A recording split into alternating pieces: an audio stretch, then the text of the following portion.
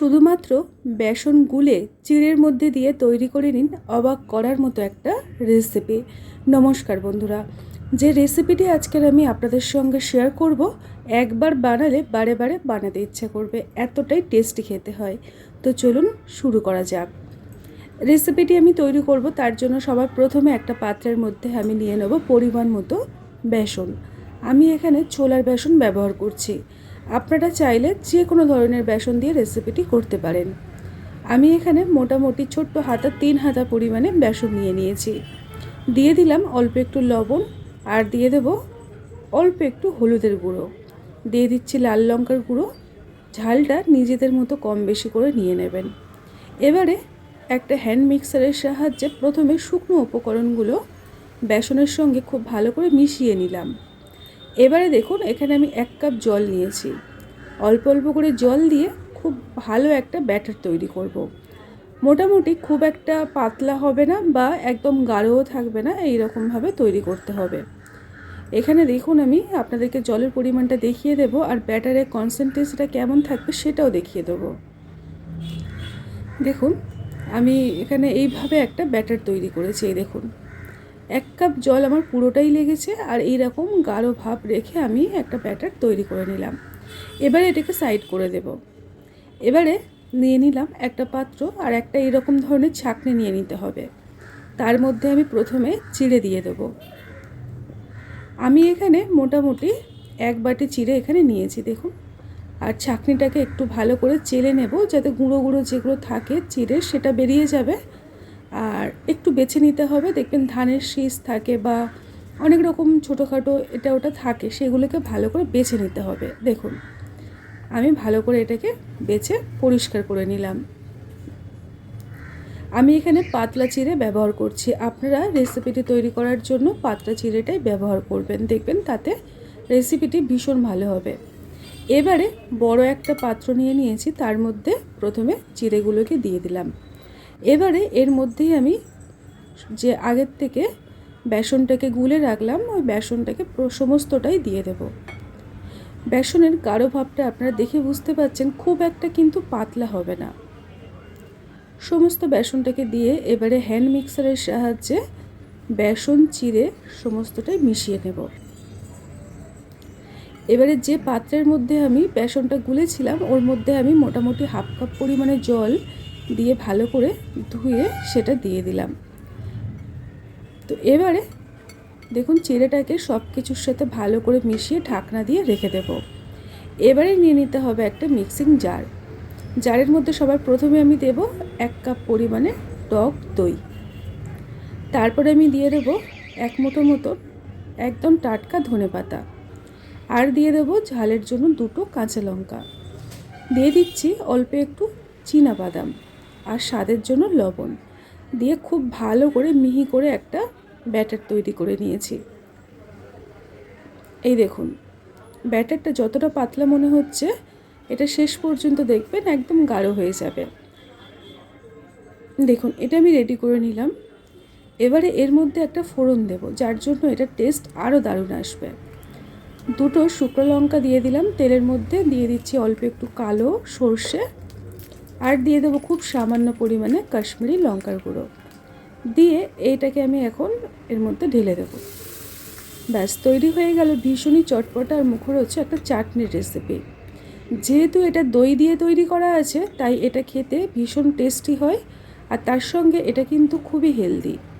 তো আজকের রেসিপিটির জন্য আমি একটা চাটনি বানালাম, এই রকমভাবে তৈরি করে নিয়েছি। আপনারা এটা স্টোর করেও রাখতে পারেন। এবারে আমি দেখুন মেন রেসিপিতে চলে গেলাম।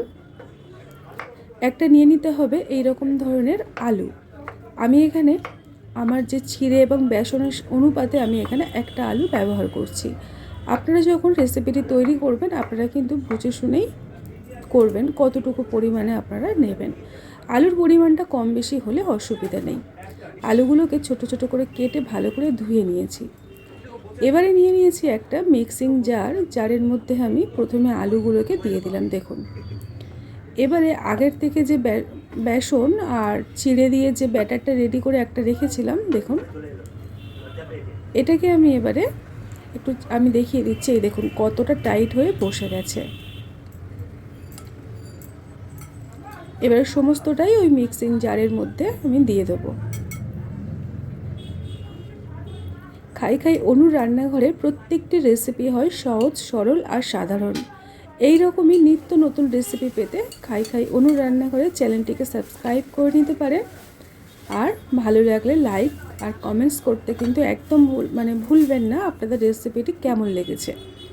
এবার ঢাকনা দিয়ে একটা গাঢ় ব্যাটার তৈরি করতে হবে। প্রয়োজন পড়লে অল্প একটু জলও দিতে পারেন। আমি কিন্তু খুব সামান্য পরিমাণে জল এখানে ব্যবহার করেছিলাম। এবারে দেখুন ব্যাটারটা ঠিক এই রকম গাঢ়ভাবে তৈরি করে নিয়েছি। এখানে চিড়ে আছে, তার সঙ্গে কাঁচা আলু, সব কিছু মিলিয়ে দেখবেন ব্যাটারটা বেশ সুন্দরভাবে তৈরি হবে। এই দেখুন একদম গাঢ় একটা ব্যাটার। এবারে এর মধ্যে কিছু উপকরণ আমি অ্যাড করব। সবার প্রথমে দিয়ে দেবো একদম টাটকা কিছুটা পরিমাণে ধনেপাতা। পাতাগুলোকে আমি কাঁচের সাহায্যে ছোট ছোট করে কুচিয়ে দেব। রেসিপিটি দেখে যদি ভালো লেগে থাকে তাহলে বন্ধুবান্ধব আত্মীয় স্বজনদের মধ্যে শেয়ার করতে পারেন। এই দেখুন ধনেপাতাগুলো আমি দিয়ে দিলাম। এবারে দিয়ে দেব দুটো কাঁচা লঙ্কা ঝালের জন্য। ঝালটা আপনারা নিজেদের মতো কম বেশি করে নিয়ে নিতে পারেন, তবে একটু ঝাল ঝাল হলে খেতে কিন্তু দুর্দান্ত লাগে। তারপরে আমি দিয়ে দেব খুব সামান্য পরিমাণে একটু হিং, আর দিয়ে দেব কালো জিরে, আর দিয়ে দেব অল্প একটু কাশ্মীরি লঙ্কার গুঁড়ো, দিয়ে দিচ্ছি একদম সামান্য পরিমাণে চিনি, দিয়ে খুব ভালো করে এটাকে মিশিয়ে নেব।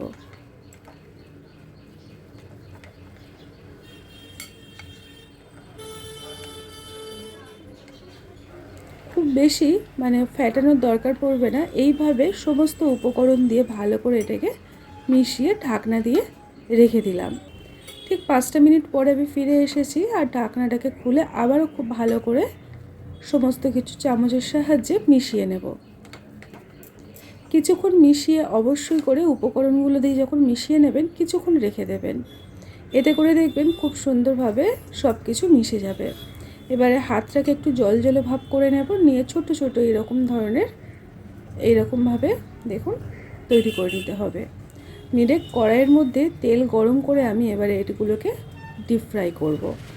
আরেকটা কথা বন্ধুরা, এখানে আমি যে রেসিপিটাতে লবণ ব্যবহার করেছিলাম ওটা আপনাদেরকে স্কিপ হয়ে গেছে।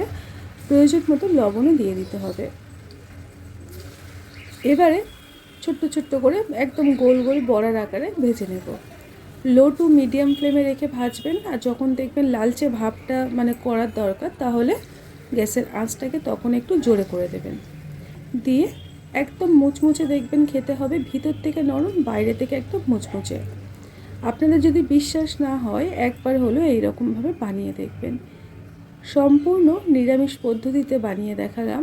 আপনারা নিরামিষ দিনেও কিন্তু এটি অনায়াসে তৈরি করে নিতে পারবেন। এই দেখুন একটা পিঠ আমার ভাজা হয়ে গেছে, তাই আমি এটাকে উল্টে দিচ্ছি। দিয়ে গ্যাসের আঁচটাকে জোরে করে দেব, দিয়ে লালচে করে ভেজে নেব।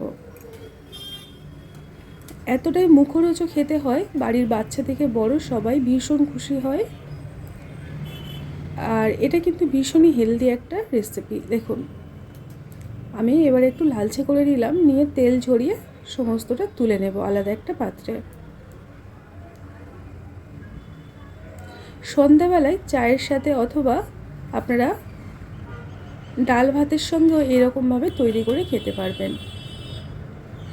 আর সাথে যদি ওই রকম একটা চাটনি থাকে মনে হয় না আর কোনো কিছুরই প্রয়োজন পড়ে। একটা খেলে মন ভরবে না, এতটাই টেস্টি হয়।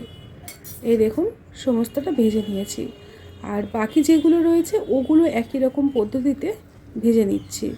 এই দেখুন এগুলো আমি লালচে করে ভেজে নেব। ভাজা আমার হয়ে গেছে, তেল ঝরিয়ে তুলে নিচ্ছি। তো দেখুন এখানে আমি সমস্তটাই ভেজে নিয়েছি, কত সুন্দর কালার এসছে।